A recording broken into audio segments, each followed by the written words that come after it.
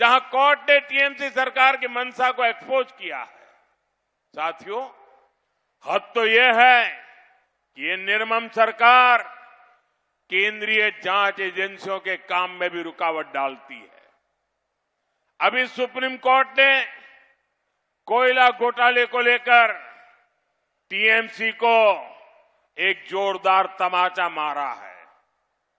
आपने देखा, टीएमसी सरकार जांच में रुकावट डाल रही थी, सबूतों को मिटाने का प्रयास किए गए। सुप्रीम कोर्ट ने इसको बहुत ही गंभीर मामला बताया। कोर्ट ने ऐसी हरकतों को लोकतंत्र के लिए खतरा तक माना। साथियों, ये दिखाता है कि टीएमसी ने मां, माटी और मानोस हर किसी को धोखा दिया है। इसलिए टीएमसी के नेताओं के मुंह से अब मां, माटी और मानोस ये शब्द भी नहीं निकलते, क्योंकि इन्होंने मां को रुलाया है। माटी को घुसपैठियों और सिंडिकेट के हवाले कर दिया है और मानुष पर हिंसा, अत्याचार और पलायन की तलवार लटकी रहती है। साथियों, यहां इतनी बड़ी संख्या में माताएं, बहनें, बेटियां आई है। आज बंगाल की महिलाओं ने तय कर लिया है, उनका आशीर्वाद बीजेपी के साथ है।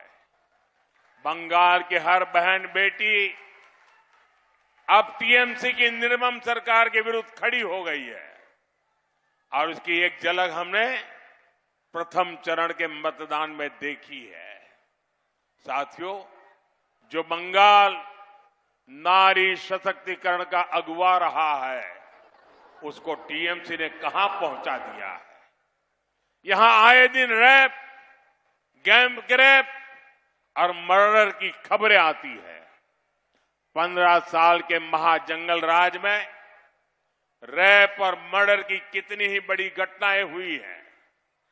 आरजीकर मेडिकल कॉलेज, रेप और murder, Kasba law college, rape, Park Street, gang rape, Hanskhali, rape और murder, Kamduni gang rape, Durgapur medical college rape case, ऐसी अनेक घटनाएं हैं जिनमें या तो स्कूल, कॉलेज में अपराध हुए हैं या फिर ड्यूटी के समय बेटियों को प्रताड़ित किया गया है।